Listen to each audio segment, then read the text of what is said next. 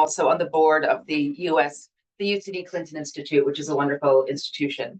As we're talking about Ireland today and everything else, I think, and ladies first, once the fine ambassador gets her water sorted out, she's don't let her slip, please.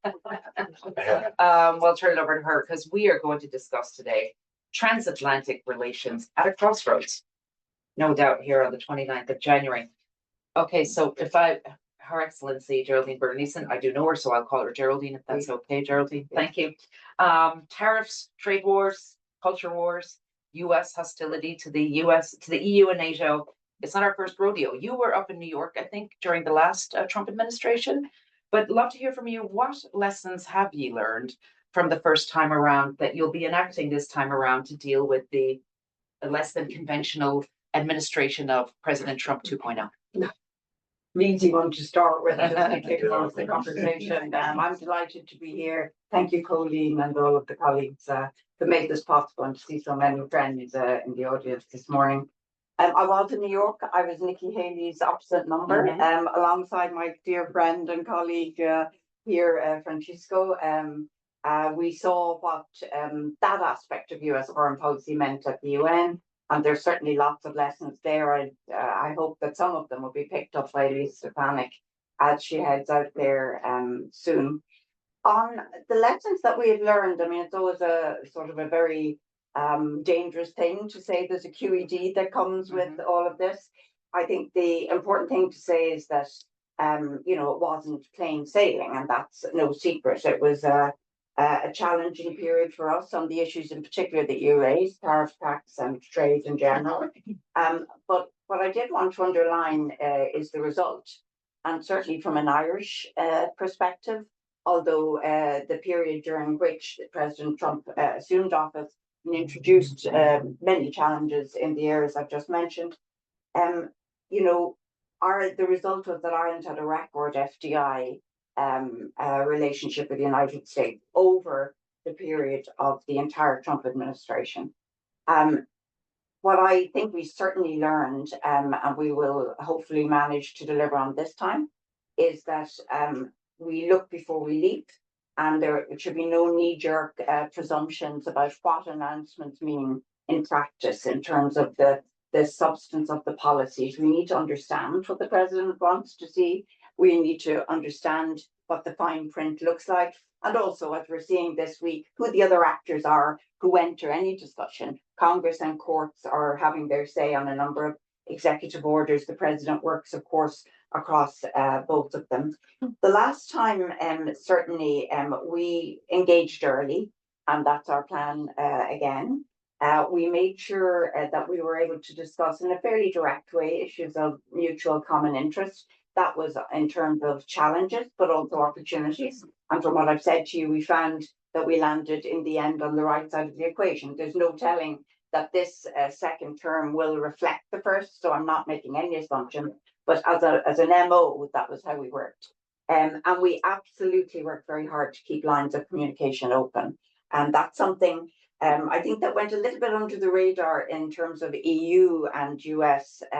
Here it was actually an Irishman, Phil Hogan, who was then the trade commissioner in Brussels, who came up with the idea and discussed it here with the President Trump I administration of the Trade and Technology Council. So we actually created a structure for the conversation to continue. And I personally think that was a very valuable one, taken up later by the Biden administration. Did it reach its peak? Was it entirely trade focused? No. But it was a forum, and it was an opportunity for those who were making key decisions to have a way of discussing across the Atlantic. And I would hope that, given that it was conceived under the first Trump administration, that something of its ilk would come through institutionally to support discussions.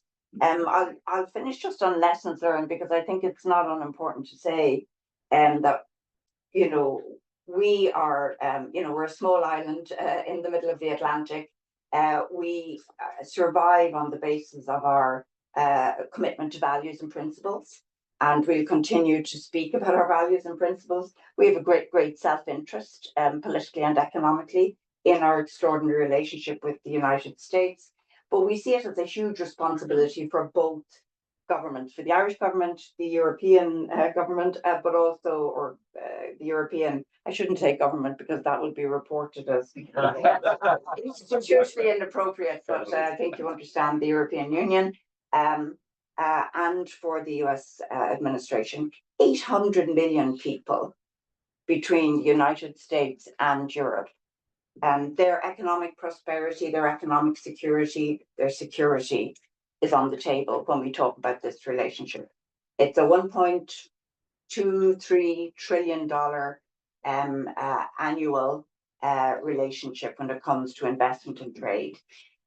A third of the world's GDP revolves around that relationship. A third of the world's trade. We're the biggest investment partners, we're the biggest development partners, we're the biggest actors when we come together in a free market global trading system. So we have, I think, an inbuilt responsibility as the European Union and the United States to find a way forward together. And that's where I think the Irish government starts out. It's an obligation that we have to our people and to the people of the United States to find a way where there are concerns on the part of the United States to find a forum and a way to work with those. Great. And Geraldine, I think I heard you upgrade the special relationship to the extraordinary relationship. Please take note, ladies and gentlemen, that it is an extraordinary relationship. I like that very much. Now moving to the second best country in the EU for surfing, Portugal. We can't leave Portugal out of this. Maybe number one. Ambassador Duarte Lopez, lovely to see you again, and thanks for your fine participation too at Aspen work. Maybe you could outline for us some of your bigger problems that are challenges you may have, and what you guys have thought about since 2017 to 2021, and how you're thinking about things going forward. Oh, well, thank you very much. First, pleasure to be here. Thank you for the invitation. Always a pleasure to be with my friends and colleagues, Geraldine and Stuart, and always a pleasure to see you. Well, I will start, and I don't want to basically repeat what the Ambassador of Ireland just said. And I mean, mutatis mutandis, this is what how we see the relationship also from Portugal. But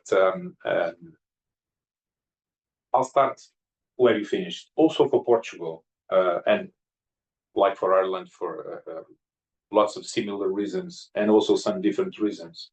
The relationship with the US is essential. The US is our fundamental ally, and it's a central partner economically, in terms of values, rule of law, principles, and we also have a sizable Portuguese American community in the US.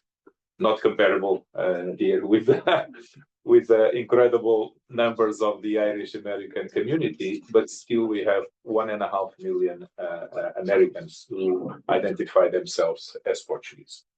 And of course, I keep on meeting them on a weekly basis, almost daily basis, and learning also through them to know more about the US. And they are both Democratic and Republican. They are living in the states, in the coastal states where their forefathers migrated to, but then they have internally migrated to all the 50 states of the US, and I find them everywhere in the US doing completely different things in different walks of life. So the relationship is for us also, as for Ireland, essential. And also, if you look at the foreign policy of the Portuguese governments in the last 30, 40 years, or even a little bit more since we recovered democracy in the 70s, the main orientations, the main strategies in foreign policy are very stable. So the relationship with the US inside this very important transatlantic bond between the European Union and the US is for us essential, and it was always essential and keeps on being essential even when we change government. And we also changed government 9 months ago from central left to center right. Also, Portugal and I know this is also the case for Ireland. Also, Portugal is clearly one of these European countries that doesn't see any contradiction at all between reinforcing the transatlantic bond and going further in European integration. So we don't see any contradiction there. We only see complementarities. On now, coming back to your question, what was the experience in the first Trump administration? If I look at the bilateral relations between Portugal and the US, what I see was this continuous deepening of relations between Portugal and the US. During those 4 years, as well as during the last 4 years, so the Biden administration, trade was going up in two ways. Investment was going up. So American investment in Portugal and Portuguese investment here. Since I arrived in Washington 2.5 years ago, I've been visiting several Portuguese companies that invested here, and sometimes inaugurating some factories. Some of these investments started in the last 4 years, but some others started in the previous 4 years. So what I see is during the last 8 years, independently of the administration, also a deepening of the relationship. Last point, because I was also in New York, as Geraldine was, so I was not following the bilateral relations by then. Of course, I was accompanying the bilateral relations, but I was dealing directly with the UN, not with the Portugal-US bilateral relations or the EU-US relationship. But in New York, I felt, and I think we both felt, that in some areas, especially in the second committee dealing with human rights, for example, with in the third committee dealing with human rights, in the second committee dealing with development, there were some issues where we had to adapt our relationship with the US, where we saw let's say, more changes in the orientations in the policies of the US. I think this will happen again this time, but I'm not in New York. Now I'm dealing directly with the bilateral relations. But what the ambassador, you may have noticed, is doing an incredible job of, and Geraldine, you might want to watch your back. I'm seeing a lot of Portuguese fish everywhere. Have you guys noticed? All the tins everywhere. They're having a moment. They might be taking over Irish salmon, which that's soft. Those soft power moves. Too far. For sure. Just a note on this canned fish. I'm sorry, I cannot resist. The tariffs are very high, and they've been very high since a long time. The local Safeway has a beautiful little Portuguese. Did you see the whole thing? Yeah, but good as you power. are going to Portugal, Yeah. buy some there. Yeah, they're much better. better. Get your t-shirt. Well, our next speaker is no stranger to knowing about soft power diplomacy. His Excellency Stuart Halliday, whom I had the pleasure to meet through our mutual friends, the former ambassador to Singapore and his wife. He now runs the Meridian Center. If you haven't been there, go. It's an incredible jewel of an institution, nonpartisan, focused on diplomacy. I know for the students in the room, they have like a Rising Leaders program. Mm-hmm. They have stuff for risen leaders too, Stuart, right? You want a job? And it's a beautiful building up on 16th Street. So try to get an invite there. Thank you. Stuart, so you have been thinking about this. You used to be at the UN and State Department. Right. I think it's fair to say President Trump has a fairly unorthodox approach to allies as well. Our friends in Canada and Colombia and Mexico were a little taken aback. Tell us about your view on where this comes from and how it may play out, because I'm sure for you and for me and many people in this room, America and its allies are kind of what we stand for. So over to you. Exactly right. Well, first of all, I'm having a little bit of an out-of-body experience, I must confess, because when I was in college here, I worked right here where I'm sitting selling clothes at a place called the Georgetown University shop in the mornings before I would go over to my Irish history class across the street and pretend that I'd read the material on campus. So this is slightly traumatic for me. I don't know if you understand. But I wanted to say that I'm an Atlanticist. I worked at NATO. I was a naval officer. I grew up in Europe.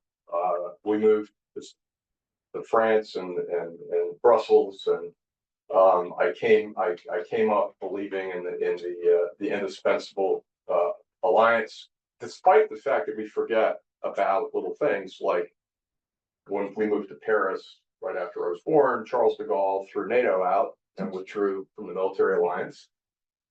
We opposed the United States briefly, the reunification of Germany, right? And I worked in the White House for the UN when we changed the name of French fries to freedom fries.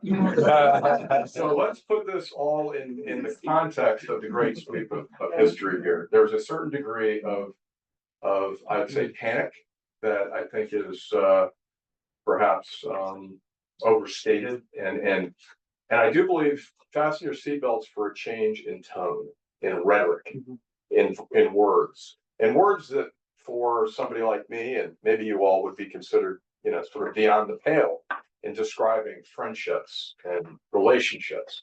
But I would also point you to the need to look at results and at the fact that before for example, the US, Canada, Mexico trade agreement was negotiated, there were similar words being thrown around. And what came out of that was a better deal that actually you can point to as a model for constructive engagement, while against the backdrop of a lot of heated words. I would encourage our European friends not to overreact and to jib and jive with every statement, with every announcement. Already in the last 48 hours, we've had on the question of tariffs and federal grants, which my organization receives, 3 different shifts in position. And we have Mr. Bessent, the Treasury Secretary, suggesting that perhaps an across the board 2.5% tariff globally is a better way to go about this than using punitive tariffs or tariffs as a tool for leverage. But we all know the president comes from a career where leverage is the name of the game. And so I think we are fortunate in the foreign affairs and defense, say mainly foreign affairs arena, with Secretary Rubio and Chris Landau, who was in Mexico negotiating this, Treasury and Commerce on the economic front, have people who understand that there are this pragmatic engagement that needs to take place between the US and Europe. I think that 2 little things that obviously, I think number one, the president, EU president, had a terrific speech. I think it was this morning. We're talking about, basically returning Europe to an economic powerhouse and a center of innovation. I think the more Europe can do to strengthen itself, the better it is to have an equal relationship with the United States. I think bilateral relationships are also an avenue to creating that ecosystem to the advantage of the relationship, not always doing everything through the EU. There are reasons for that: historical, cultural, economic interests. And I would say our ambassadors to the EU countries have not gone to post yet. And these are people in our system who happen to be, in many cases, friends of the president of the United States. They have relationships, they have influence. And if the criticism of the Biden administration was that it had the right tone and the right intentions, but perhaps the process was slower and perhaps more in the framework of committee meetings and all these kinds of things, you can work with this administration if you are ready to move quickly and on a personal basis. And again, to systems that are used to institutions being the relationship with political appointees on top of it, that's hard to kind of understand, but it's really important to do that. And then finally, I just say that looking at the fines on U.S. tech companies and making some kind of gesture of, we've seen the influence of this community for the time being. That punitive approach has, I think, stuck the president as something which is actually in his way the same way that the EU is reacting to the Greenland statements. You know, it's kind of something that needs to be, I think, worked out a little bit more. And then obviously the potential of, if, you know, there needs to be greater defense industrial acquisitions for to defend Ukraine and secure Europe. The possibility, unlike President Macron's position, of potentially acquiring or working with the U.S. defense companies to buy some of that equipment to be good.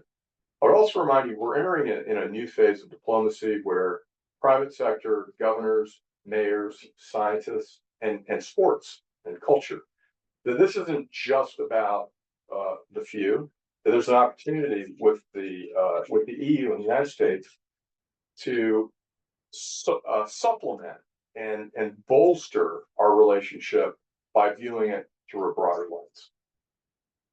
Great, thanks for that, and for the tip on what the word haberdashery means. It's This explicitly. was a haberdashery. This is called the Georgetown University shop. Great, so I mean, I think Europe has been a little complicated a long time, Geraldine, for American administration. Who do I call? The old question. But and Donald Trump, as President Trump, has claimed to be kind of no fan of the EU in general. How do you think, an age-old question, but we'll try it again. How would you explain to him the relevance and the importance of the EU in a way that you think he might understand and might be convinced of this time around? Well, look, I mean, I think the way we understand Europe is the greatest peace and cooperation agreement in modern history. And the president himself has come into office as a peacemaker by his own admission. He has said that he wants not to be interventionist and that he wants to see peace in Ukraine, in the Middle East, and hopefully in other areas in the global south. Where we're seeing it. So Europe, I think, has led the way by way of demonstrating that. I also think, because to your point, Stuart, about the president coming with a past career, he's a businessman. And there isn't a bigger business relationship on offer on the globe than the EU-US economic partnership. It's the richest and has the biggest reach. And the third point I'd make is that, you know, important for him to see that the EU, I think, has in its own way assumed its global responsibility in a way that is also self-interested. So sometimes there's a debate here in the United States about, you know, the role of the United States, and particularly of US citizens and taxpayers, is better done behind closed doors and shutting doors on international cooperation writ large, on multilateral institutions. In its essence, the European Union is a cooperative multilateral body. It's pretty remarkable. I always say this too, particularly when I travel to our consulates like you do, Francisco, in Texas or in LA. People say, what, you know, the EU, a behemoth, it's a regulatory body, etc. I've sat at the EU, you've sat there, Francisco, now 27 member states. Can you imagine 27 American states coming together every day to agree on sensitive policy issues, from energy through tax, through trade issues, sitting around a table, finding a common interest? A country like my own of 5 million people and Germany of over 60 million people sitting at that table. We agree extraordinary things every day. There's a lesson, I think, in terms of how, you know, coming together in a common interest, it's hard to do, it's complex, it involves compromises. And that's not something that's always a popular message here in the United States. And I understand President Trump, but I listened to Stuart very carefully there about the difference between what rhetoric may be and what reality is in delivery. But we're not a model, and certainly if we were to spend time here, I'm sure many of us up here and indeed in the audience could point to areas where the European Union absolutely can do better. Competitiveness being right up at the top of the list. Innovation, you mentioned. We're on the job, though, every day. And I think that's an important indicator. The president likes results. And I think looking at Europe, we've shown how we do that. Right, yeah, absolutely. Anything to add on that one, Ambassador? Yes, as quick as I can, and agreeing with everything what Geraldine said.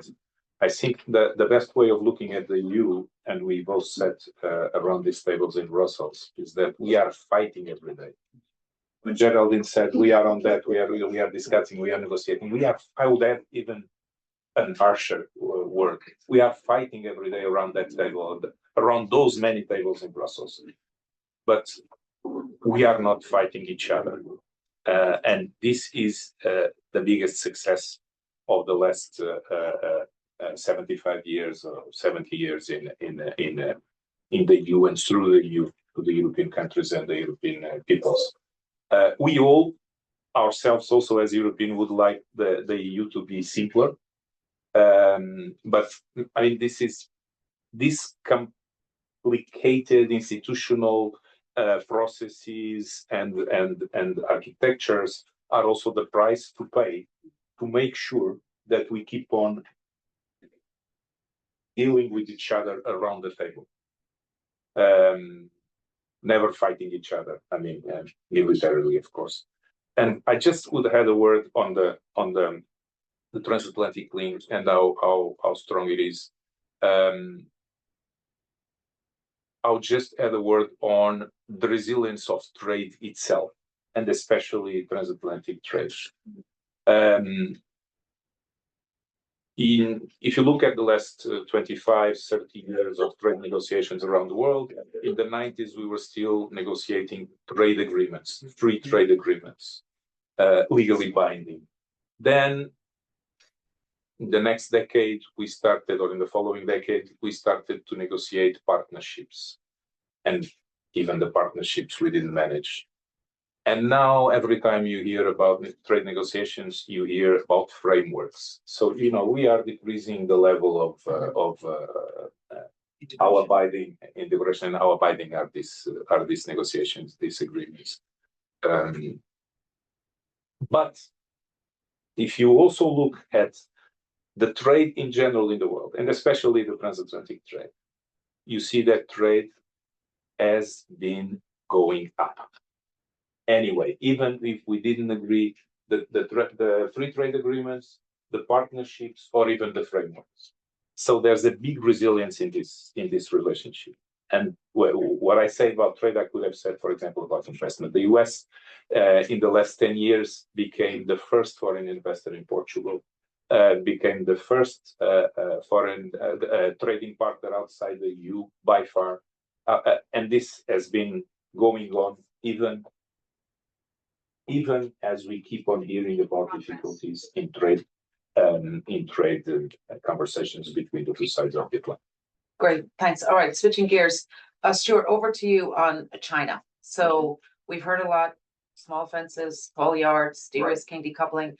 Do you think that there's any hope for kind of a continuation of figuring out EU-US, how we work together on China? Yeah, I do. And I think that the EU deserves a lot of credit for where it's moved over the last 5 years in terms of realizing that it's just not a choice between the US and China, that our shared values, our history, the democracies, regardless of who's in office, that they're more aligned interests. My fear is that tariffs or punitive measures or disruptions in the transatlantic relationship will cause our European allies to question the benefit of that. I think India would be another option in there. And that's why not letting up on these tracks of dialogue around cooperation, security, tech, energy, critical minerals, supply chains, all those things, because look, Chinese economy is already in trouble. There's nothing that President Xi would want more than to blame all that trouble on additional punitive action from the United States, which I think will happen. But we have to be very careful here. And I think if there's a sense that the Europeans aren't in the boat with us, the United States might even feel like it has to take more dramatic action vis-a-vis China versus a long game of we have partners, we have allies, whether it's the Quad, whether it's AUKUS, whether it's the EU. And so I think it's something we really need to get right.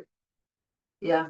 Jolene, do you want to add to that at all? Because as you say, 27 member states and you fight to get it all, but there are different views within the body on China. So love to hear your view on There that. are, I mean, I couldn't agree more with Stuart that there is a risk that if we end up in a friction or worst case scenario, trade war between the EU and the US, that the opportunity becomes China's. And that's something more generally, globally, that I think we all need to remind ourselves about, that there are major global actors who are not the EU-US, and that opportunities, when we were back at the UN, we saw this happening, and sadly, I think it continues to happen within the UN, that, the headway has been made by China and Russia in particular with the global south, economically and politically.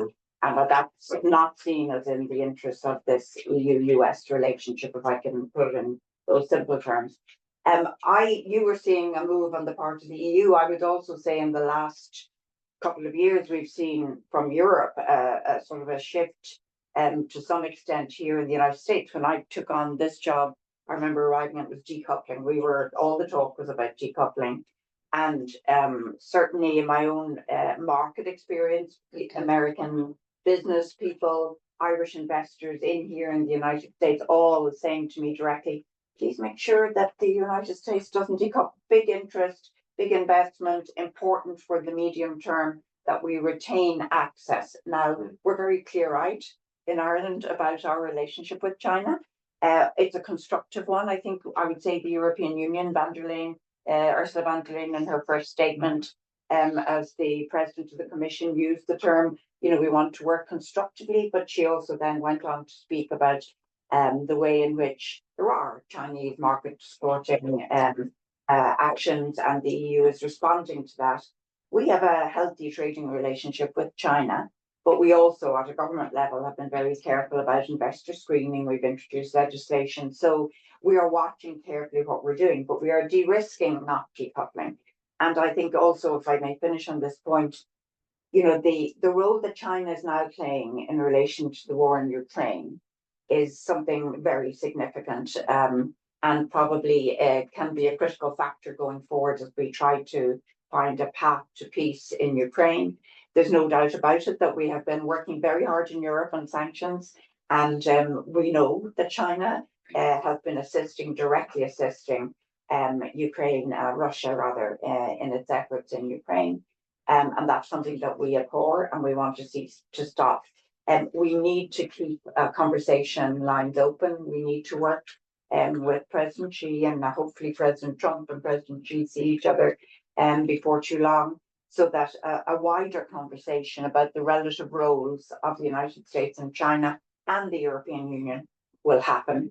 I think you'll find that within Europe on everything, there are varying views, but the actual posture in terms of keeping a relationship with China is a solid one. Some people are way ahead of the pack and others are pulling the brakes. One last thing I'll say is that we consistently find a way to explain to our Chinese colleagues that human rights issues are absolutely fundamental to our relationship with China, whether it's Uyghurs or broader issues that we saw in New York.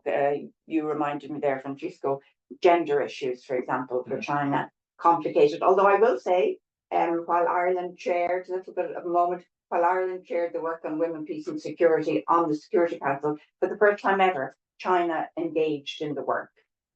So that was a small step forward, but it was nowhere near where we would like it to be. But there are human rights issues with huge question marks there, and we will not fail to raise those in that wider relationship. Okay, we can spend an afternoon talking about China, so I'm going to pivot because we've got 6 minutes. I'm going to go to NATO and Russia. So Portugal, you guys are at 1.5% defense GDP defense spending. A lot of questions around this, and the Trump administration has come in. Trump's, guns a blazing, up to 5%, even though America's only at 3.45, I think. Love to hear from you. How's Portugal thinking about it? And if you can talk a little bit about the vulnerabilities people are seeing now with cables, and Ireland's not in NATO, but love to hear how you're thinking, what you're hearing about European defense and security. Yeah, well, as you know, we are a founding member of NATO. So for us, NATO is part of this fundamental relationship with the US, of course. and we are very sensitive to questions of national security, be it national, strictly national, but also related to NATO in general. That's why, if I can come back to your previous question, we have been taking measures and including on sports control and technological decisions on telecommunications, for example, bearing in mind these worries that are general, but of course that are also very dear to the US. What we don't understand, we actually are puzzled by, is when the US, like recently, decides to put some of its allies, including my country, in secondary groups. For example, what happened now with this decision just at the end of the last administration on chips, on GPU chips. We were absolutely puzzled by that. Now coming back to our investment in defense, that of course has to do with this, and you mentioned the cables. For us, cables are essential. If you look at the map, or if you look at the map of communication cables going around the world, a good number of cables connecting Europe with North America, South America, Africa, and other continents are entering Europe's Portugal. So for us, it's essential. And it's interesting that our close cooperation with the US in the islands of the Azores that started during the Second World War, and just after the Second World War, with anti-submarine actions, is now getting back to the same kind of actions, in part because of the cables, in part also because of the presence of submarines from other world powers in the Atlantic. On to finalize on investment in defense, yes, our governments have been beefing up our defense spending, but I have to explain one thing. In 2014, in Wales, when the 2% objective was set, it was Portugal never committed by then to reach 2% itself. So Portugal itself in 2024, because it was impossible. By then we were under a financial support, international financial support program.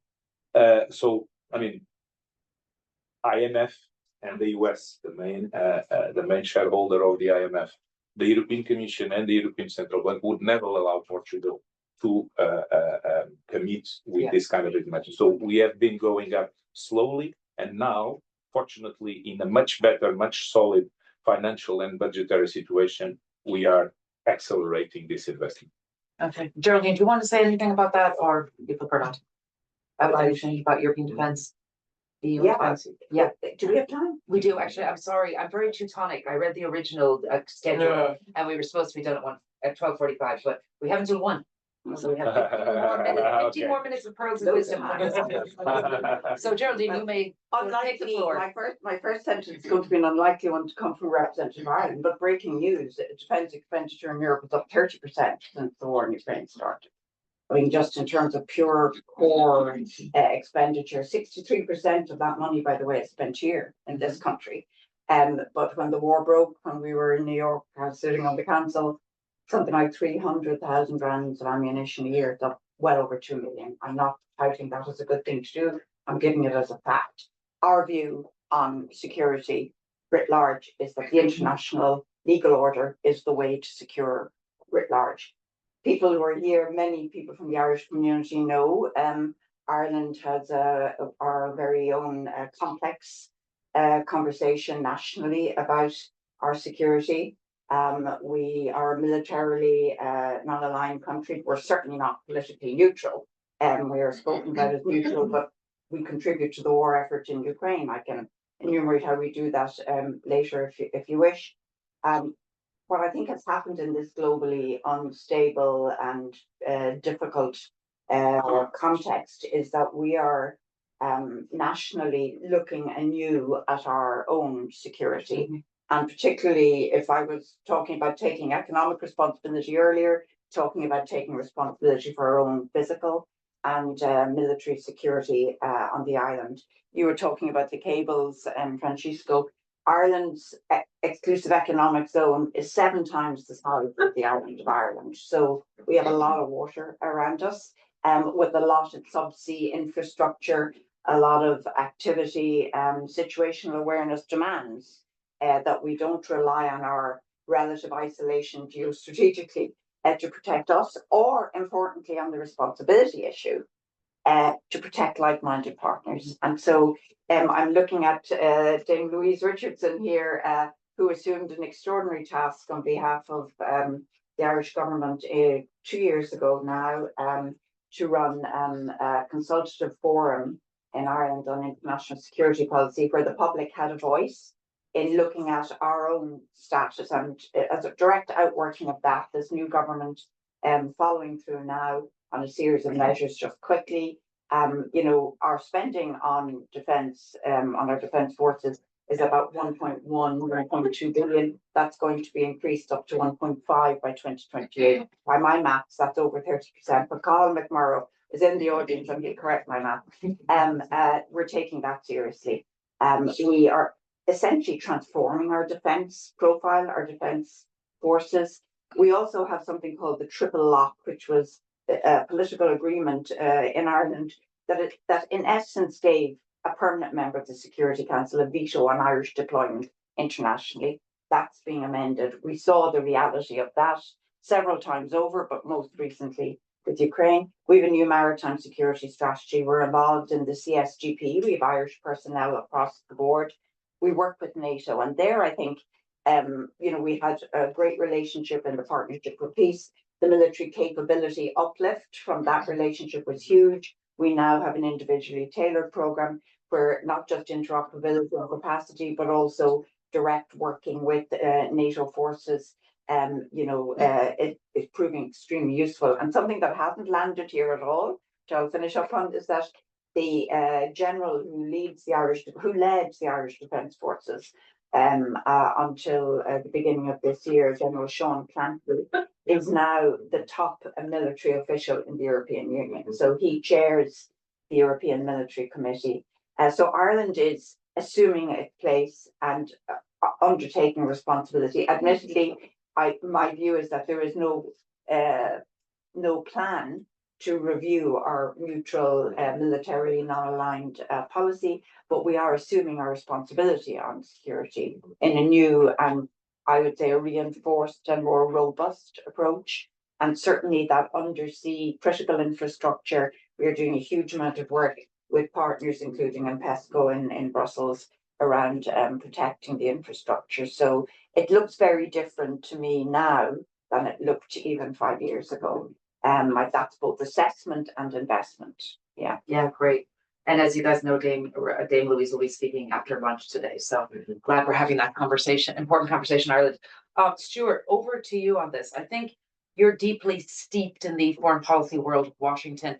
And I think some people have been a little surprised at how supportive maybe President Trump is being about kind of ending the war and supporting Ukraine. Do you think this means that National Security Advisor Waltz and Secretary Marco Rubio are having a bit more sway? It's more kind of classic than kind of throwing all the toys out. Well, it may be a little bit more complicated than that, which is, yes, I think that they have the experience to know that this war can't go on forever. They don't want it to end on terms that are unfavorable to Europe or the United States, but they also are all China hawks that believe that this is sort of a distraction from the main event. And so I think that part of this is in fact an understanding that this war, that Russia cannot seen as winning or prevailing, but on the other hand, they want to get it wrapped up. And as a negotiator, what do you do before you negotiate? You reinforce your position and elevate the consequences of not negotiating, and that's what we see here. I do think the question will remain what kind of terms would be acceptable to the Ukrainians, but I wanted to mention just three quick points before we wrap, areas of potential exploration or promise in the relationship. One is space and the role that the US and European Space Agency and NASA have as cooperators and partners, and the fact that that kind of represents, I think, an area of opportunity to not only benefit this relationship, but to actually, through the Artemis Accords, be kind of a support, if you will, for the idea that space isn't just a business, B, a military field of battle, but it's also presents an opportunity to benefit all countries in terms of the information, the research, and the science. So I would encourage that. The second is foreign investment. When I say that, I mean the United States is losing ground in the global south. China's moving in. The tools that the United States has are tools that were developed in the past to support either insure or co-invest alongside U.S. I'm not talking about foreign aid. I'm talking about U.S. business investment. Why not open that up to consortia and sort of a pooled approach, portfolio approach, where you could have joint ventures between EU and US companies who are competing right now for projects in the global south, but maybe could work together and put money into building ports and railroads and infrastructure, but doing it the right way with the right rule of law and the right values and so forth. And then the last thing is really just a question that I don't know the answer to, but it struck me that the administration's just focused on these numbers like 2% or 5% or 2.5 or what's in those numbers. And the question is, are we quantifying the value a country is putting up in terms of things that can be construed as national security? You mentioned infrastructure. Portugal and Ireland have incredible technology hubs. We tend to view that, world over here, especially in the United States, and the defense world over here. To what degree is the aperture of how we're judging military expenditures brought up to date? You also have in-kind contributions of port visits, military exercises, joint, and so I don't know what it makes up that number, but if it's just bullets and bayonets, it's time for an update. And that might be another way to show the contribution of what that country can do that's significant, that would help change this debate from, I think that's exactly right. And thanks very much, Stuart, for bringing the global south into this, because that's one thing we've been working on in Aspen is how to think together through what our European allies and partners, to Geraldine's point, are like-minded people working together on Africa and other places in the global south. And the global south, and Europeans are uniquely positioned because of historic relationships in that way. Do we want audience questions? I think we'll probably wrap up. I think we need to make sure that we're done as exactly. we get the hook. No, one more quick question, because we had some nice positive thoughts about space and other areas for opportunity. Anything from Geraldine or the ambassador from Portugal for a glimmer out there that you see as something new and exciting for the next few years? Sports diplomacy. Yes. You're not a Notre Dame man, so I can say it. I mean, we have had a fantastic relationship with college football coming into Ireland every year. My son's at Navy, which unfortunately is the foil for that. But the biggest peacetime movement of private American citizens since the Second World War was for the Notre Dame Navy game in Dublin a summer ago. We have subsequently had other colleges. We will again next year. And actually, breaking news: we have a professional football game coming in September. Working to my colleagues. And I'm trying to reach. It's the Pittsburgh Steelers against. Oh, it hasn't been announced. Oh, so I don't.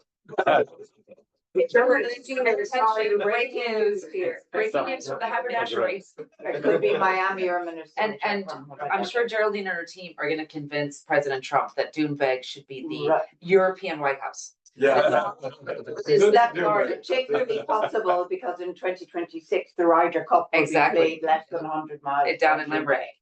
exactly. We have So the watch world, the we have space. the World Cup coming up in the US, the rugby Yeah. championship, you know, the Olympics. The World Cup Okay. of Yeah. national teams next year, but this year the World Cup of clubs also in the US. This summer. Yeah, it's called the decade of But sports. as Geraldine spoke about sports diplomacy, and I mean, And you're from the land of Cristiano Yeah, Ronaldo. yeah, I mean, but that's the point. I'm wishing. I mean, you will forgive me this. I'm wishing for Cristiano Ronaldo to retire. yeah. I know it sounds strange, but only after he retires, we can use. I mean, the Portuguese Please are diplomacy. using him. Yes, but the guy is so fit that keeps on. He's so fit that he keeps on playing at almost 40 years old. But quickly on cultural diplomacy that Stuart mentioned, and I know it's very close to his heart. You cannot imagine what this lady at my right side did for Ireland and cultural diplomacy of Ireland, promoting Ireland when she was in New York. She even brought Bono to us, and she took us all to a U2 concert. Can you imagine? Ireland will be forever remembered at the UN because of what Geraldine did by then. I know, and she now, poor Geraldine and Fanula have to prepare for St. Patrick's Month, as I call it. I am mocked mercilessly at work for calling it a month, but it is. So good luck, ladies. Anyway, thank you to Stuart, Geraldine, and Francisco, Thank you. and thank you. Thank you.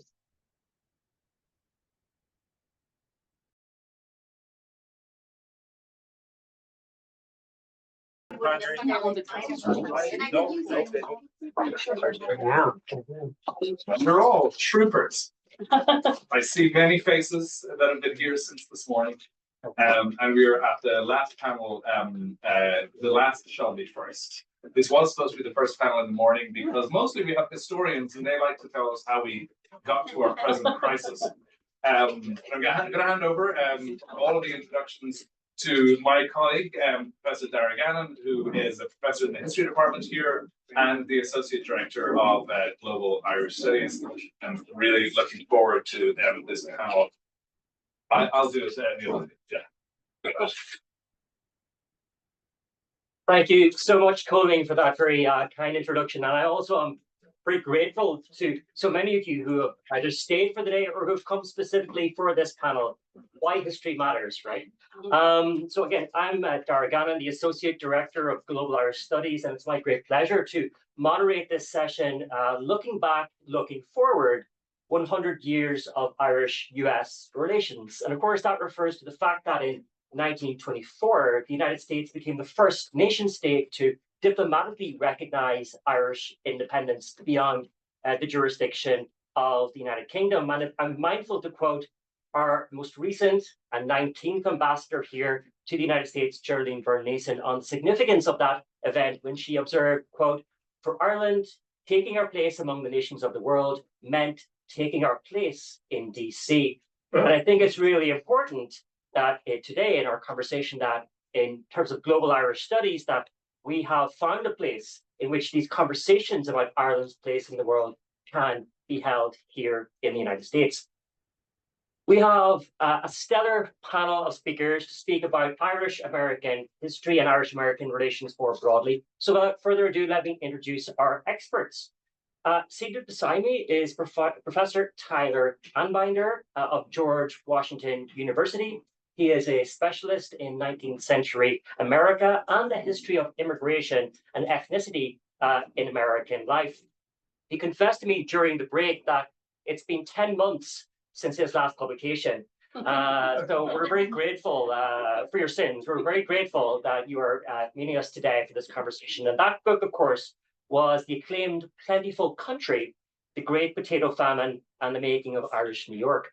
It should be noted, perhaps, that perhaps Tyler Anbinder's most notable accolade is that he, in fact, is Martin Scorsese's favorite historian, having served as the historical consultant to the Gangs of New York film. We are also joined by Elizabeth Stack, Dr. Elizabeth Stack, who's seated here in the middle. Dr. Stack is an expert on Irish immigration, Irish and German immigration, in fact, in the 19th and early 20th centuries. Formerly the Associate Director at Fordham University's Institute of Irish Studies. She is now the executive director of the American Irish Historical Society in New York, a space she shares with Logan Roy and the TV series Succession. So we are in excellent company once again. And last but not least, I shall introduce Professor Neil Doherty. He is Professor of Political Science and Director of the MA in Public Policy at the University of Galway. And his research has focused on the significance of the conflict in Northern Ireland and peacemaking in the late 20th century. His most recent book, Deniable Contact, Back-Channel Negotiations in Northern Ireland, was recently awarded the Book Prize by the Political Studies Association.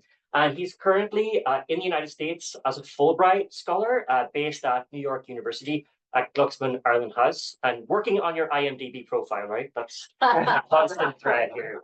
So listen, we're delighted that we have such a wonderful panel of experts. Tyler, if I may begin with you, we are kind of progressing chronologically here. I suppose in a way, Tyler, I'm interested in how you have reinterpreted the understanding or indeed the image of Irish migration in the 19th century. In a recent interview at CNN, you talked about the image, the enduring image of the impoverished Irish, and how your new book seeks to replace or rehabilitate that image. I wonder, could you speak to what your new book finds in terms of restoring a different image of Irishness to the history books? Sure. Well, thank you very much for inviting me, first of all. In my most recent book, what I do is I trace several thousand famine immigrants who lived initially in New York and trace them over the course of their lives to see what happens to them. And what I found was that the famine Irish, though they arrived by American standards impoverished, actually within their own lifetimes, within actually, typically a decade or so, actually ended up doing much better than they had been doing when they got here. There's this belief in the historical literature that the famine Irish, because they arrived so poor, so uneducated, so discriminated against, that they were stuck in dead-end jobs and could never rise at all within kind of the American socioeconomic ladder. And yet what I found was that this wasn't the case at all. And in fact, that the famine Irish could rise through hard work and saving. The book focuses on, in particular, what it uses in particular is the records of the Emigrant Savings Bank in New York to be able to not only trace their occupational changes, but their financial situations as well. And what I find is that there was a surprisingly large amount of upward mobility. And so that while I think it's fair to say that the famine Irish arrive in America relatively poor, they don't stay that way very long.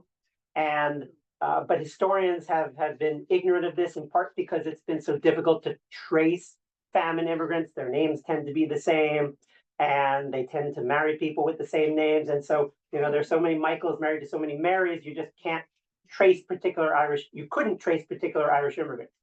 But with advances in digital history, like Ancestry.com, the digitization of so many records, I was able to trace people in a way that wasn't possible before. And so that's what I found in the book. The other thing I talk about in the book is that you're not actually getting the poorest of the poor coming to America from Ireland, even during the famine. During the famine, the people who were starving couldn't afford to get on a ship. And even if they were sent a ticket, couldn't afford to buy enough food to be able to survive on the 5-week or so journey to America. And so it's more kind of the Irish middle to lower middle class that comes to America during the famine. And I'm able to show this in a variety of ways. But Americans don't understand this. And the people who arrive look, to American standards, ragged and destitute. And so Americans assume that these are the poorest of the poor who are arriving in America, when in fact, this was more the middling Irish who came. And that in part explains why they do relatively well, because they had success before they got here. They come with more money than we realized. They come with more occupational skills than we realized. They still face that discrimination, but they counted the discrimination through entrepreneurship. And rather than trying to get hired by native-born Americans, they start their own businesses in huge numbers. And in that way, they're able to kind of avoid the discrimination and these other problems that historians had assumed that must have held them back. That's fascinating. And I wanted to follow up on one point because Dame Louise Richardson addressed this in an earlier panel about the kind of the going back to this idea of images, right? That the teaching of history in the United States, that there are kind of great divergences in the images. And I just wanted to ask you to follow through. Do you see that that those images persist in the teaching about Irish America at university level or at high school level? And how is Irish America read by the students of our universities? Well, I think it's kind of a two-part problem. I think in part it's the teaching and the pervasiveness of this kind of myth that the famine Irish were so poor when they got here and so incapable of rising up the socioeconomic ladder. But the other problem is, and I hesitate to say this with this audience, the other part of the problem, though, was Irish Americans who perpetuated this idea because they saw it as a way of a point of pride. We started with nothing. We were the poorest people on earth, and yet we achieved so much. And the Irish achieved so much, no doubt about that. But the famine Irish were not the poorest people on earth before they achieved that. And yet that idea dies just as hard in the Irish American community as it does in the academic community.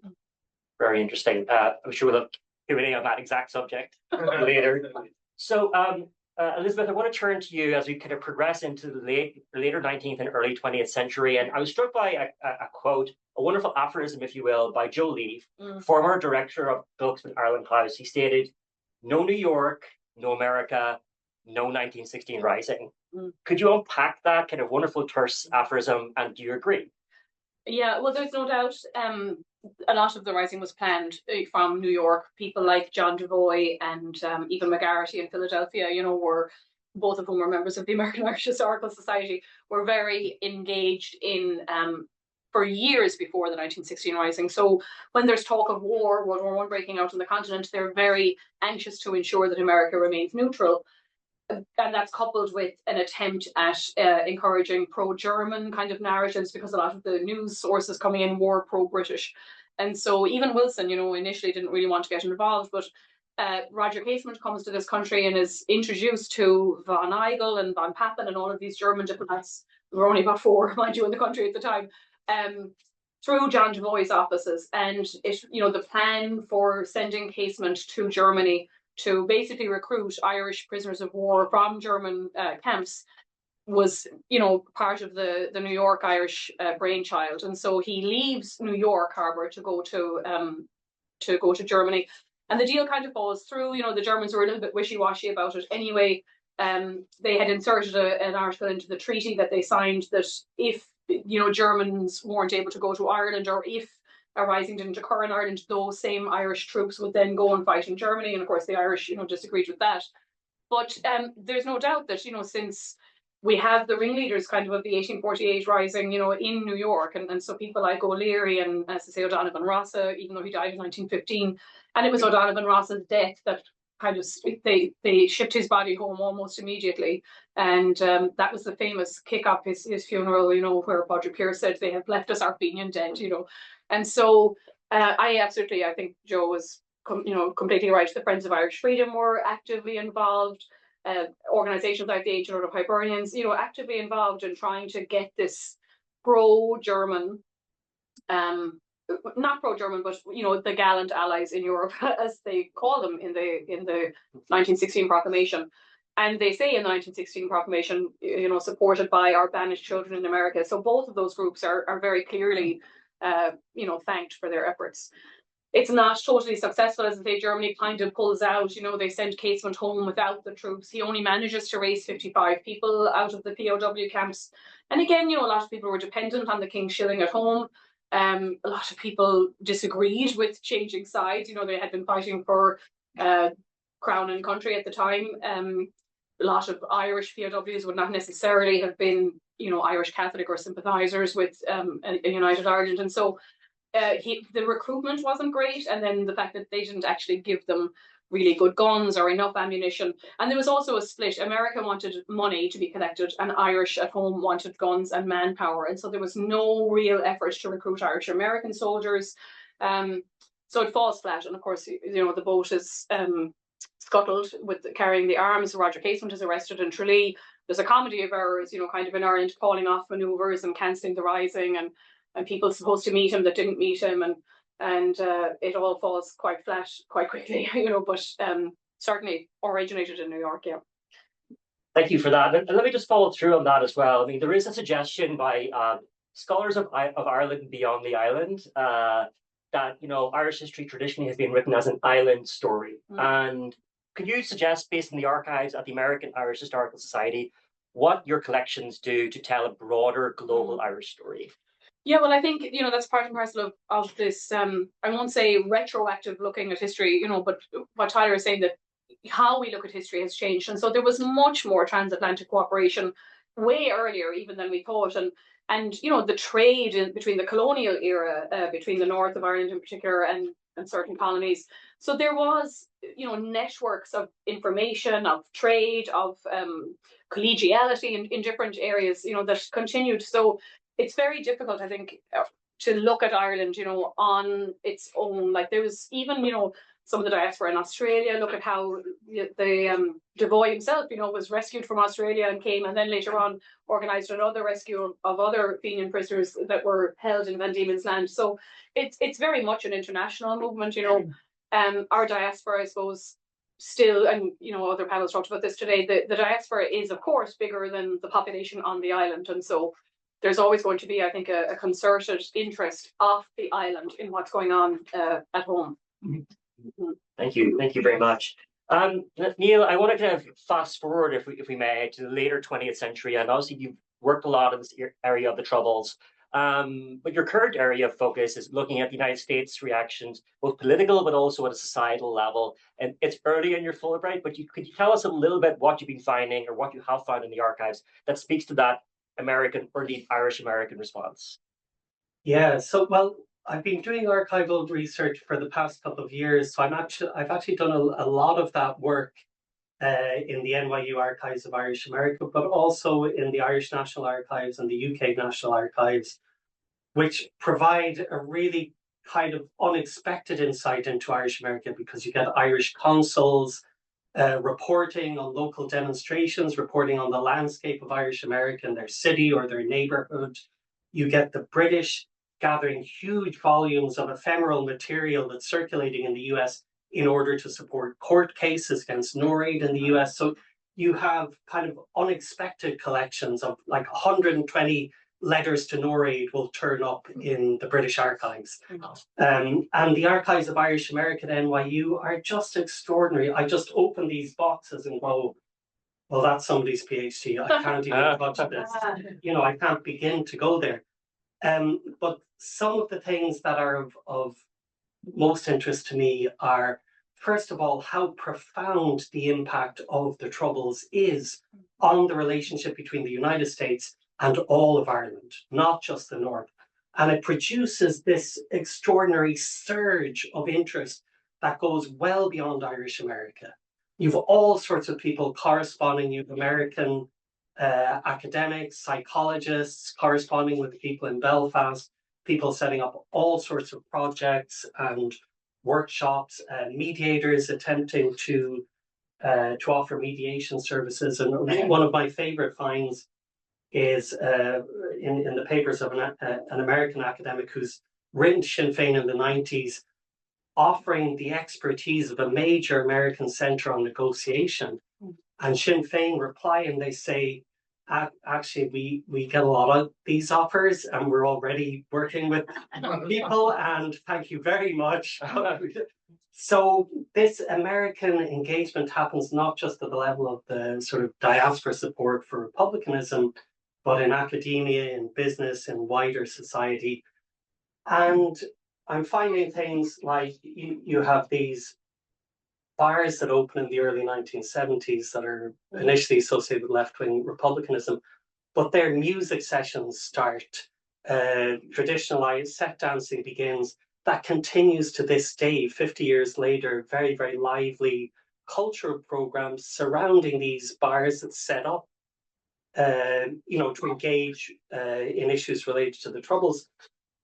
And so one of my kind of questions is, to what extent do the Troubles really stimulate and re-energize these connections between the United States and Ireland from the stage in 1963 when JFK comes to Ireland, but the North doesn't really matter. He's not a person who wants to get involved in Irish affairs, to the Kennedys of the 1980s and 1990s who are turning up on the streets of Belfast, ambassador to Dublin, recently economic envoy. You get a much closer, more intimate connection between very senior US politicians and the affairs of Ireland. And for me, it's really important to think of this not just as an engagement with Northern Ireland. It's a sort of re-energizes this interest in the United States and Ireland and all sorts of connections across the Atlantic.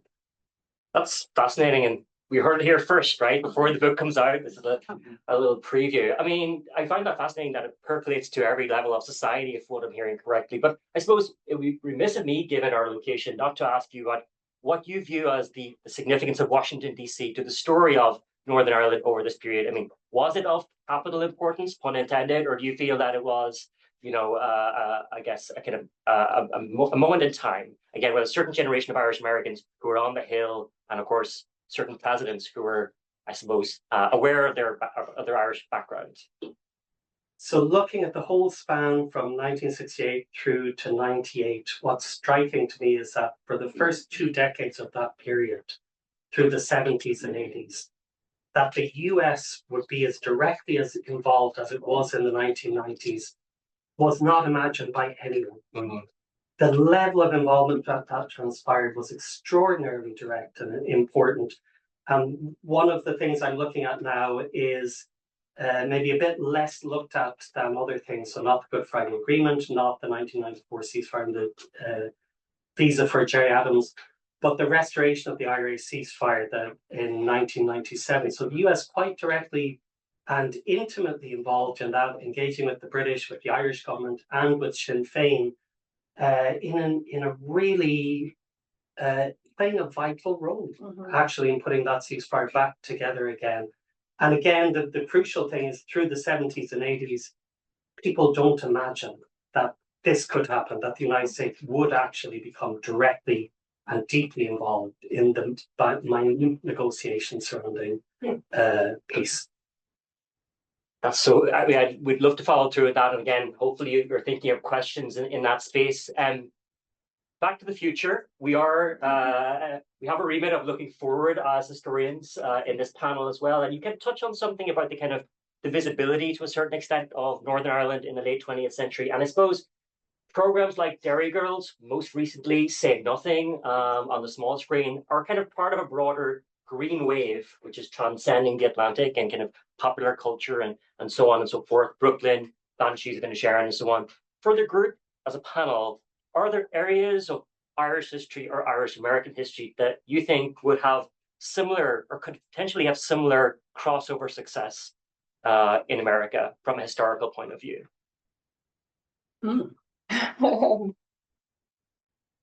I don't know. I suppose I think in Ireland we're probably grappling right now. You both looked at me, that's why I'm answering. So I'm jumping in without thinking it through, but I think we're grappling at home with a lot of the issues around women and children. And so, recent work by Dermot Ferriger, for instance, which is interrogating this myth that once we became independent from the British, we would treat ourselves better, and now we're seeing, of course, the Magdalen homes. The last report was not great. There was a lot of backlash to it and to how sources were treated and testimonies treated. So I think that might be maybe something that could have, we're going through some of that with the same in this country, in terms of orphanages and schools and Indigenous peoples being treated, a certain way. So I think there might be some crossover. It's not a happy answer. Derry Girls was much more fun. But I think that, Ireland is tackling, some hard issues in its own past that I think we could probably learn from. Fellow panelists? I can't tell you what would work, but I can tell you 2 things that interest me. One is sort of real diversity of Ireland of the past 10 to 20 years. And, I'm a lecturer in the University of Galway, and we have lots of students now whose parents are immigrants from African countries, or from East European countries, and they've a different. They've grown up in Ireland. They're Irish. They're they're immersed in they're intimately connected to Ireland, but they're looking at it through a different lens. They don't have this deep knowledge of Fianna Fáil and Fine Gael. They're much more confusing to them than they are to students who grew up in rural Ireland and in Irish backgrounds. So that the reality of that diverse Ireland, I think, is really interesting, and it's captured in some recent, it's increasingly captured in dramas. And the other thing in relation to Irish America, I think the 1980s wave of immigration, I mean, people think of Irish immigration as trailing off sometime in the early 20th or mid 20th century, but that 1980s immigration is really significant. It's very different. It's lots of irregular immigration. It's people who are not have a very different relationship to Irish America and American society than earlier waves. And we see some of their children now coming back to study in Ireland, very comfortable in Ireland, because with cheaper flights and new technologies, they maintain very, very close direct connections with their cousins. They know their cousins in Ireland well. They're very used to visiting. So that generation has a really interesting relationship to Ireland and to Irish America that I find fascinating. I would just add that one thing that I've noticed lately is many Irish writers are very popular in the United States, but in particular, Sally Rooney is one who I read those books and I some ways think this is a really Irish book. There's so much you're not going to understand if you're not Irish, and yet they're hugely, they're bestsellers in the United States. And then I like crime and police procedurals, and I read Tana French, and she's another one who I was at the Irish Book Festival in Dublin in the fall, and she was on a panel there, and I thought, oh, this is being mobbed because she's so popular here, and there was hardly anybody there. But here she's also a bestseller, and so it's interesting how Sally Rooney is a bestseller everywhere, but so there's a big popularity for Irish writers. I feel like at this moment that is unusual, or is different at least than kind of previous Irish writers who've done well. So this cultural moment is very much as a future orientation as well, which is really positive. But we should also think about memory, right, in terms of how we represent the generations of the past and so on. And there have been some issues in Irish American context, most notably the discontinuation of the famine collection at Quinnipiac, for example, a few years ago, and elsewhere. I'm just open to the panel. Your thoughts on the opportunities and challenges as archivists or curators for curating the memory of Irish history. And maybe Elizabeth, we'll start with you, given your current role.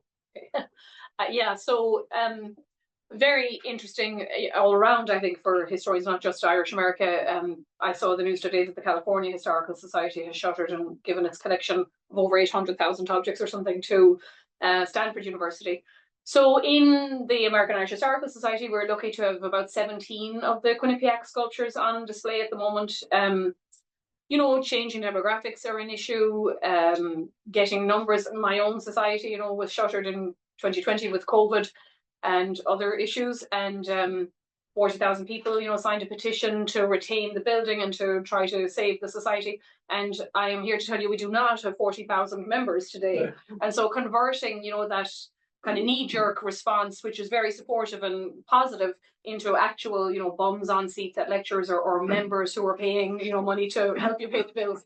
It's difficult, and I think and it's not that there is not room for everyone. Like, I don't want to see us coalescing into, one Irish cultural centre in New York or that kind of thing. But I think I always talk about the society and previously in Albany, museums shouldn't be dusty relics, on shelves. They should be living, educational, topical and challenging, places.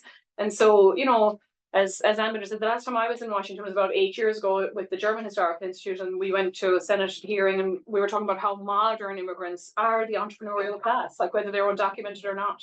And this has been true for 100 years, and my own work and our archives showed like the cyclical nature of the language we use about immigrants, for instance, what they were saying 100 years ago.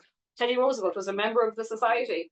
and talked about hyphenated Americans not being loyal to America, you know, and he was a proud member of the American Irish Historical Society. So we need to kind of grapple, I think, with talking to our audience, realizing our audience has changed. You know, there are still Irish immigrants coming out today, both documented and undocumented. They're more educated if they're, you know, coming a lot of the time.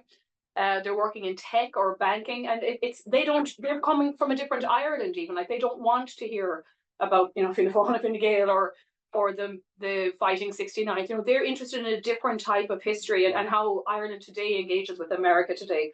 So I think there's kind of a challenge on us to, you know, steward the past, but also to try to open, you know, the future and the present. And it can't be shamrocks and shillelaghs, you know. I also think part of the issue is, like with the Quinnipiac instance, is that, you know, there aren't, people don't get excited about a famine. Like, if you're thinking what's going to excite someone to become a member, nobody wants to perpetuate the famine idea, and so they get more interested in, I think, groups like yours and others that aren't so focused on one thing that doesn't really appeal to that many people. I mean, the truth is, lots more people, I just know from my emails I get from readers, is a lot of people love to talk about the Fighting 69. Yeah. That's a huge group. And then there's like genealogy people, and that's like another group you can reel in to a group like yours or the NYU Fluxman House. So there's lots of ways, but there's some subjects that are, you know, too painful to really create enthusiasm. People want to commemorate them, but it's not necessarily going to get the, to use your phrase, the bums in the seat. Yeah. Or especially to get people to write a check Yeah. to become a member. Yeah. No, I was going to say, I actually think it's a very important, particularly, for instance, with that collection, because there is still famine occurring today, and that's what I'm saying. You know, to keep it just in the past, right, as a kind of this happened to us 150 years ago. You know, there's a way to engage the scholarship and the community in focusing on, like, I mean, I lived in Albany for 6 years. There was a food desert in that city because there weren't enough grocery stores downtown, you know, and so bodegas don't sell fresh fruit and vegetables. So there's a way to engage material from the past, I think, that would encourage you to get involved in current issues. But yeah. And then the Quinnipiac thing was so odd. It's Yeah. in the middle of nowhere, and Yeah. so you know, Yeah. apologies to people from that part of Connecticut. Well, and but, you know, the university had a duty of care to their students, which the demographics are changing there. You know, like, how can you pay rent and salaries, you know, for a museum that people don't visit, you know? But I think that institution in Boston would have been much more successful than it was in Eastern Connecticut. Yeah, well, at the time I worked in Albany, and we had asked if we could take over some of the collection, because nobody can take, you know, even Hamden didn't display 175 pieces. But the community had reacted so vociferously, you know, that they decided they would not break up the collection. So I agree. Like, I think if Boston and Washington and Chicago and New York each had a coherent exhibit, I think that would have been lovely, you know. But it's great. They've saved it. The Ireland's Great Hunger Museum of Fairfield will open. Currently, there's a food bank in the space that they've been appointed to take over. So, irony of ironies, you know, they're not going to kick a food bank out. But they had done this touring lending exhibit, and you know, come to New York and see it. And we're doing a series of talks online. We've got to get you in again. But yeah, so. I think there's huge potential for a much bigger oral history archive of Irish American, Irish immigration to America before these people die from earlier generations. The 50s immigrants are still around and have really, I've done a couple of interviews, have really interesting stories to tell. 50s, but onwards into the 80s.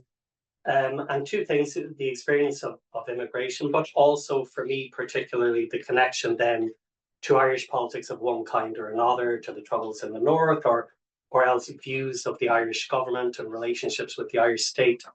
And archives of Irish America do have a substantial oral history collection, but there's room, I think, for much more to be done and in more focused ways. So some of the interviews that are in there are quite general.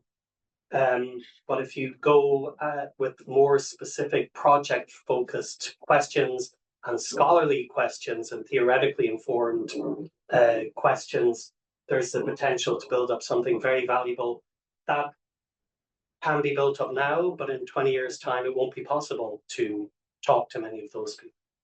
Yeah, I appreciate the timeliness of this question and your answer as well. So hopefully that's taken up by others in the room. We're going to come to Q&A momentarily. I guess we started with commemoration. We should end the panel discussion with commemoration. Next year marks 250 years since the signing of the Declaration of Independence. And I guess just for the panel, if you have any thoughts on where Ireland and the memory of Ireland and Irish America might fit into the kind of commemorative calendar for next year. So I will say, as a public historian for the last 6 years, about 3 years ago, the various states, and historical societies started to talk about how we would do it. And the theory at the time was very much that we did not want this to just be a story of great white men. Nothing against them, we love them. But there were untold stories, so where was the Indigenous voice? Where was the women's voice? Where was the voice of the enslaved? I guess that's going to change, given the current administration. And so, for the Irish story, that's great because we had a lot of white men involved in, signing the Declaration and fighting. And, there's fabulous George Washington addressing the Irish soldiers. So, it's a difficult moment, I think, you're trying to be patriotic and all of those things. But, there was a genocide occurring, right, at one time as well to try to clear the land. And so it's, I think for a public historian, it's going to be a sort of a tricky one to navigate. But certainly, the Irish were front and centre. 7 signatories of the Declaration were Irish or Irish born. We have a lot of soldiers, fighting. Molly Pitcher may or may not have existed, but, so there are women in there too. And yeah, I think it's a story absolutely worth telling. We have to commemorate it. But I had enjoyed the fact that there was going to be a broader look at the founding story, of the country. And so I will just have to navigate that very carefully. I'm struck by how often 1776 and the American Revolution is invoked in court cases in the 1970s and 1980s. Oh, wow. When IRA people are going through the courts and they're seeking to extradite them. And you have all of these this is not looking forward, it's looking backwards. But as 76 approaches, it becomes, 1976 approaches and the anniversary approaches, it becomes a focus for a lot of the discourse around what's happening in Ireland at the time. So to me, those are really interesting earlier uses and parallels between the two situations.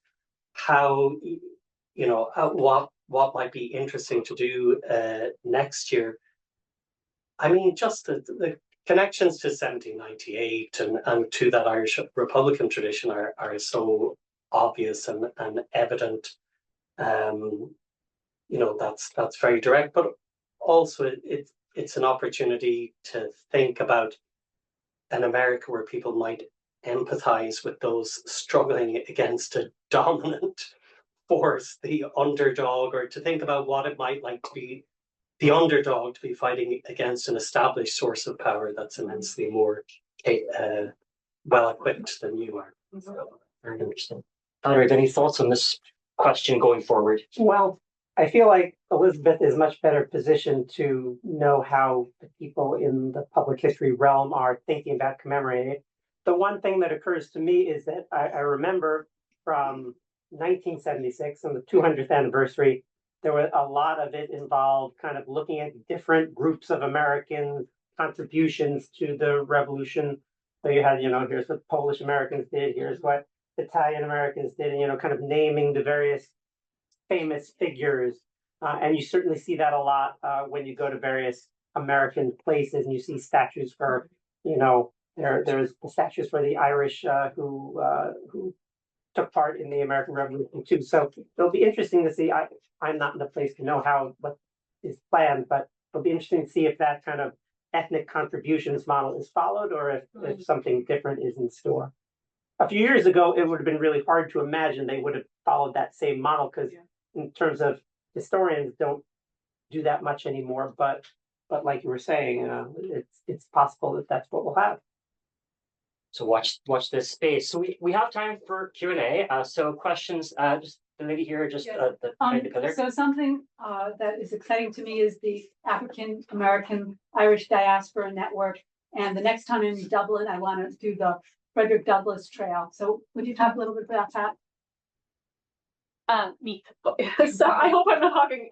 Yeah, so they're great. Christian Bolden is part of it. He's working here out of Washington, and I think Dennis Brownlee is now in New York.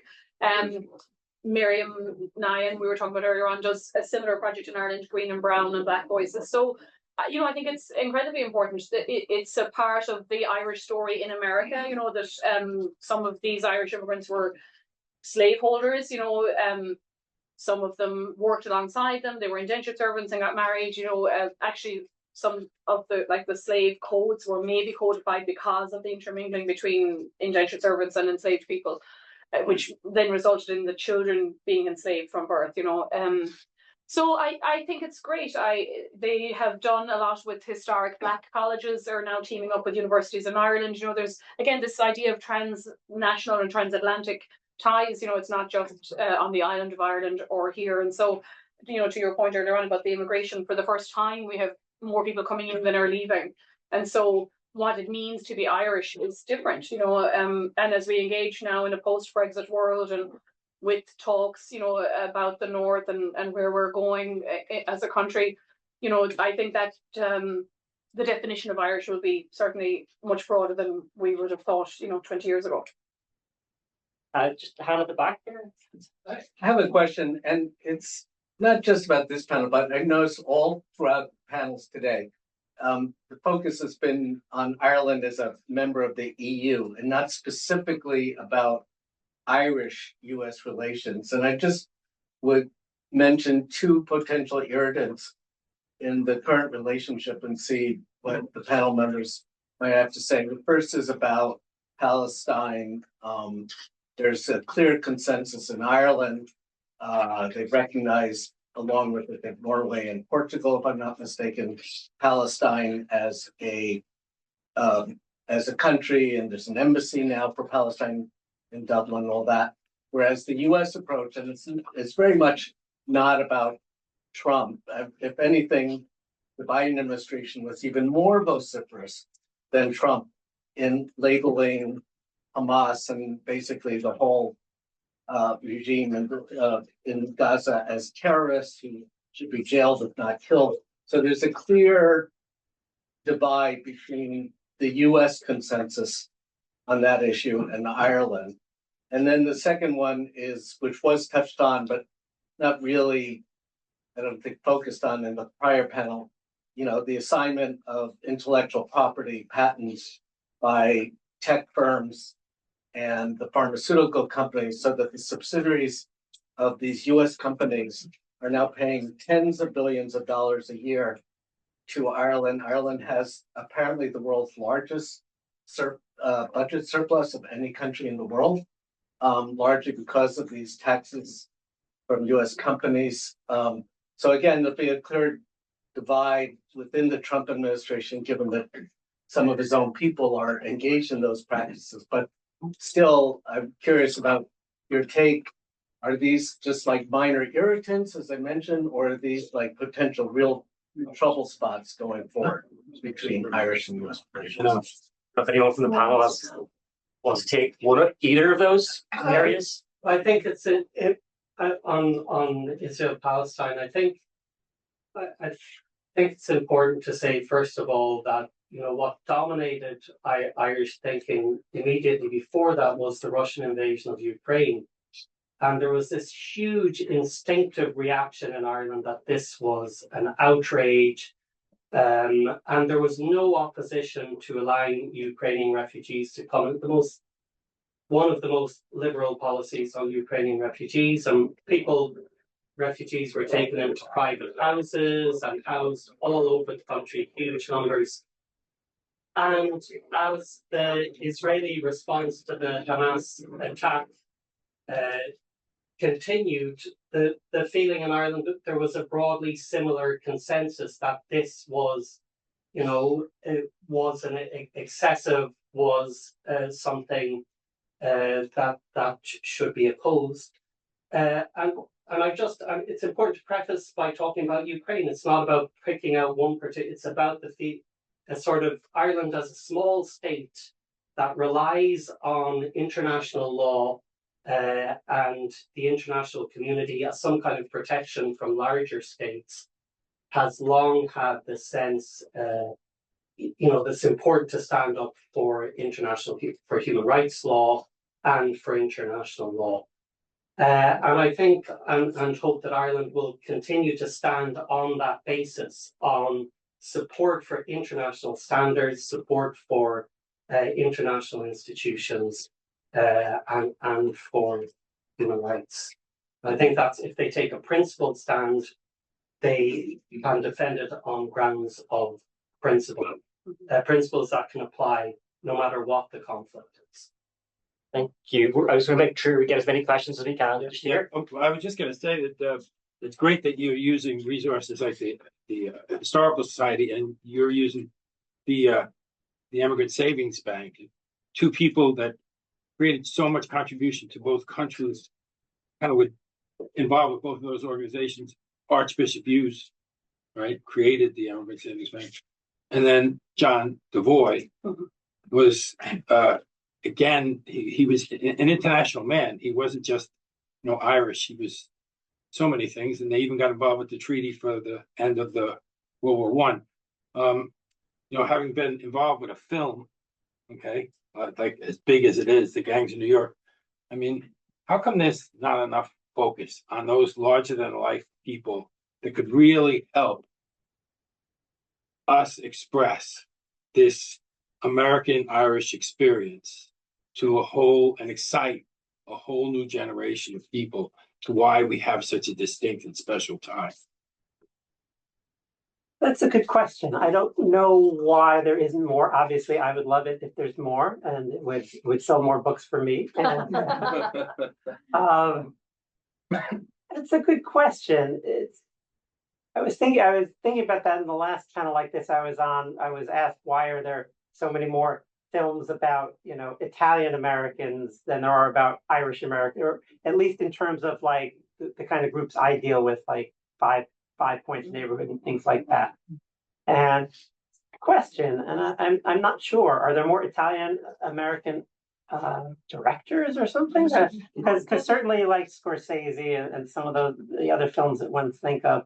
It's a good question. I'm not sure the answer, but it's a good question. Talk to Marty. Just here, and then we'll come to you at the front. Oh, hi. So I just had a couple of things I was thinking about. One was this narrative about the famine Irish and their lack of economic mobility, the lack of the skills necessary for economic mobility. I'm 100% confident that you're right, that is sort of narrative that has been spun, but I think there's an interesting sort of counterpoint narrative, which is that they had political skills that allowed them to, upward mobility politically, that they were already, part of like an Anglo political establishment. So they understood how to make that work, and they organized themselves in the various O'Connell movements, and so they came, particularly advantage relative to other immigrant groups who didn't have that going for them. And I was thinking about the Frederick Douglass connection, which is, I think, the most interesting thing about that to me was that Frederick Douglass learned the struggle was an international struggle against oppression, specifically from Daniel O'Connell and from his time in Ireland. And and it was in that context that it became an international struggle here. So I thought that was such a cool connection. And then this shift from the 70s and 80s and sort of Irish American engagement, or the success of Irish America and sort of influencing U.S. foreign policy and U.S. engagement. I think you're right. I mean, there's something really kind of magical there that happens, and I'm wondering if that's the end of the Cold War, or if that's the end of sort of the dominance of the pro-British position in the State Department, or the countering of that, right, through the Clinton administration and Irish American organization. But they just sort of wanted to pick up on all three of those things that were super interesting. One thing though, I would modify what you said a little bit about the politicians, is the famine immigrants don't become politicians, their children do. Yeah. And that the Irish Irish American politicians of the Civil War era are the children of pre-famine immigrants. And so immigrants are rarely becoming involved in politics. They're really focused on economic advancement, and they don't feel they have the social and other kinds of capital to advance, but their children are the ones who are doing that. Interesting. I was also thinking about the police and the fire departments, but sorry, yeah. Right. The police, on the other hand, is something that in my period that the Irish famine immigrants can aspire to and often achieve. And that's often a stepping stone to higher things. Not typically to political office, but to often the policeman will become, a saloon keeper and that kind of thing. And they also spoke English. They mostly spoke English, yeah. Huge advantage. Sorry, Yeah, absolutely. I'll just come back on. There's a lot of discussion in the academic literature on how important the end of the Cold War is, and I think the balance of opinion is that it matters, but not decisively. And what's decisive is that the prospect of an end to the IRA campaign is very real. So the US officials involved in 93, 94, they see this as a potential win. So actually we could be here at the very end of it. And I think it's reasonable to say that at no point before that did the end of the IRA campaign seem so close and so likely. So I think that was probably the decisive factor that made it more attractive to get involved. There was a win to be had here, not just a fruitless intervention that would attract condemnation. Yes, thank you. Those are very good points.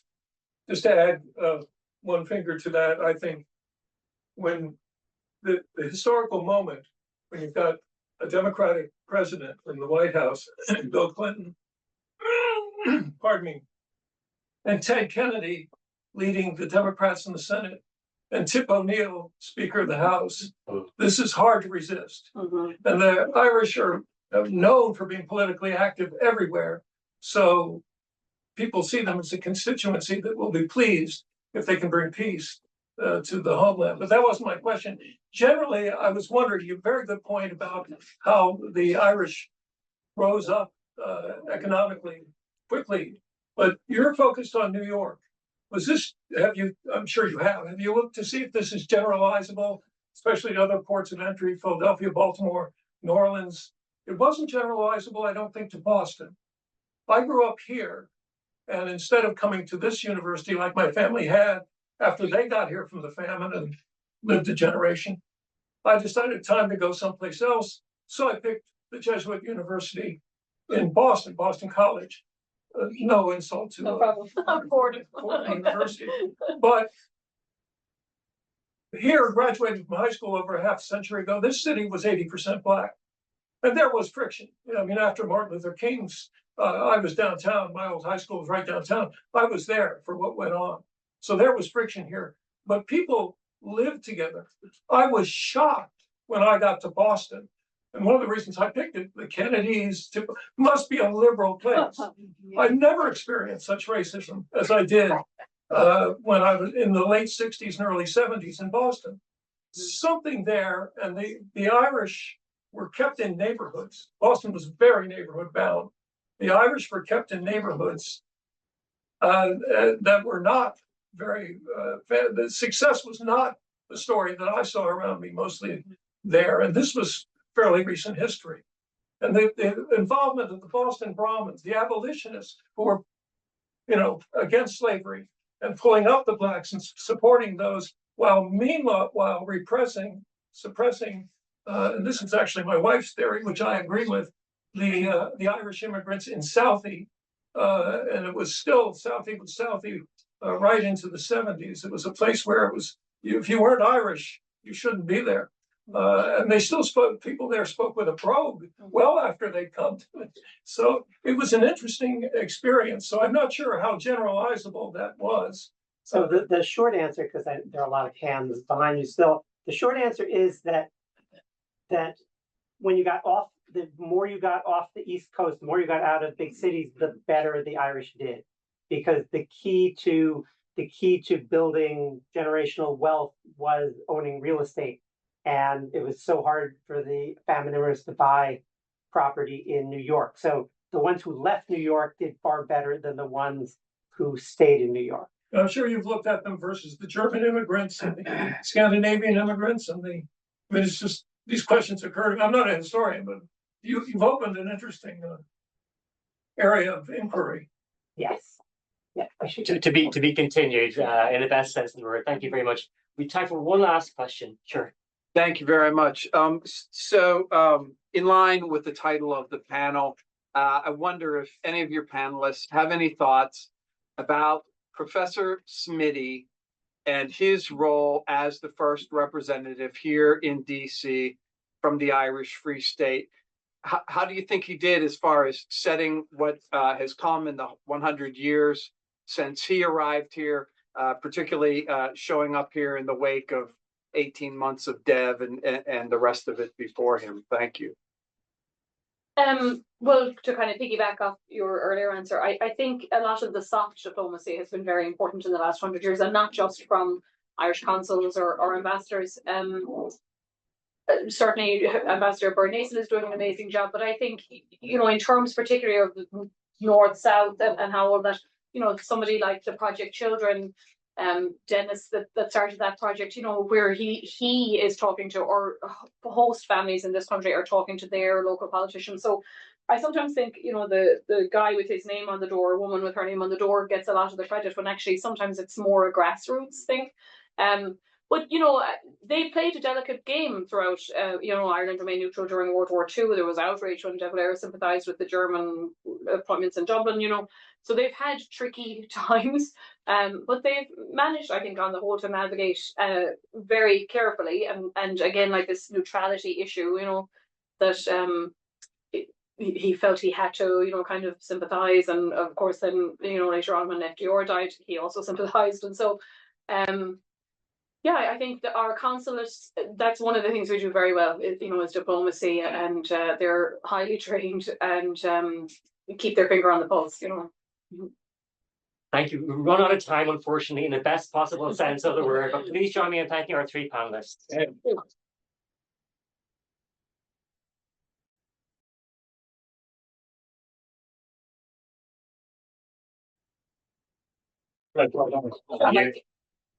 Thank you very much. It's very interesting.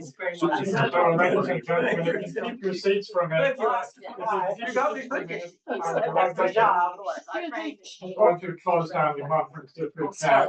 I want to thank the ladies panel. Thank you very much. I'm going to continue a drink at the Irish Embassy, so I'll be very brief. There will be a bus waiting for you outside, and this has been a fabulous conference. Before it started, I was reminded of one remark we attribute to Oscar Wilde, that a sense of impending doom carries most Irish people through long periods of tranquility. Well, it's not a tranquil, and it does after this conference today. I don't feel quite so gloomy. Thank you. I thought, though, that 6 years ago we would need a much bigger bridge to cross the Atlantic than exists today. We almost need a bridge a gulf over the Atlantic, as it were, and soon maybe the Atlantic Ocean will be called the other Gulf of America. We will see. We are immensely grateful to our participants, to our audience, for all of you for your interesting questions. We're grateful to Georgetown University Global Irish Studies, BMW Centre for German Studies, Walsh School of Foreign Service, Queen's University of Belfast, UCD Clinton Institute, and the Embassy of Ireland.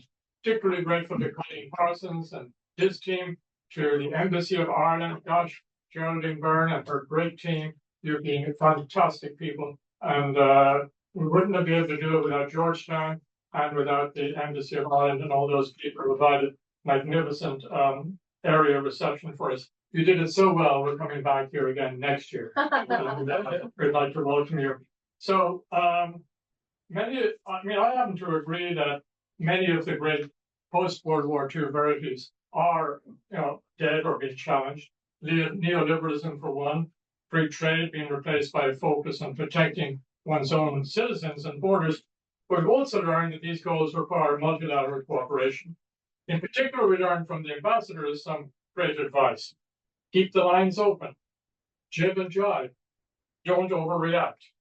highlight the opportunities for the EU and US to cooperate against China, to cooperate then in China putting pressure on Putin. That is all very helpful. In terms of Dame Louise gave a fantastic introduction to many aspects. I disagree with her, I think, on Biden being the last Irish American president. I feel there are many more in coming along. Politics is what the Irish Americans do very well. It goes back to Daniel O'Connell, as the historians know, and the great organization that started there. And it's bipartisan, which is the wonderful thing. It's not just one party, and in that lies our strength. And that was apparent when we had Pat Fallon and Mary Grace Camp. Different, North Texas, Philly, but quite agreeable and agreed on Northern Ireland, on Irish politics. And I guess if at the end of the day I take hope from that, I want to thank the Congressional Friends of Ireland for what they do.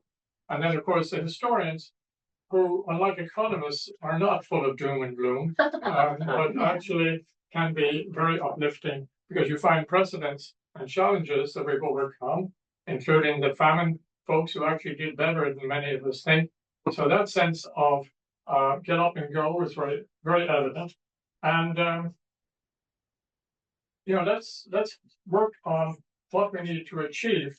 Perhaps the best line is Seamus Heaney's one, which is hope is not optimism, which expects things to turn out well, but something rooted in the conviction that there is a good worth working for. And so that's the sort of hope I think we take from today's conference. It's clear we continue to need it, and we really value your support, we value your follow-up. Please let us know in emails how you think we could do it better. And we'll take all that into account and hopefully see you next year, and hopefully we'll be in a better position. So thanks very much again. Give yourself a round of applause.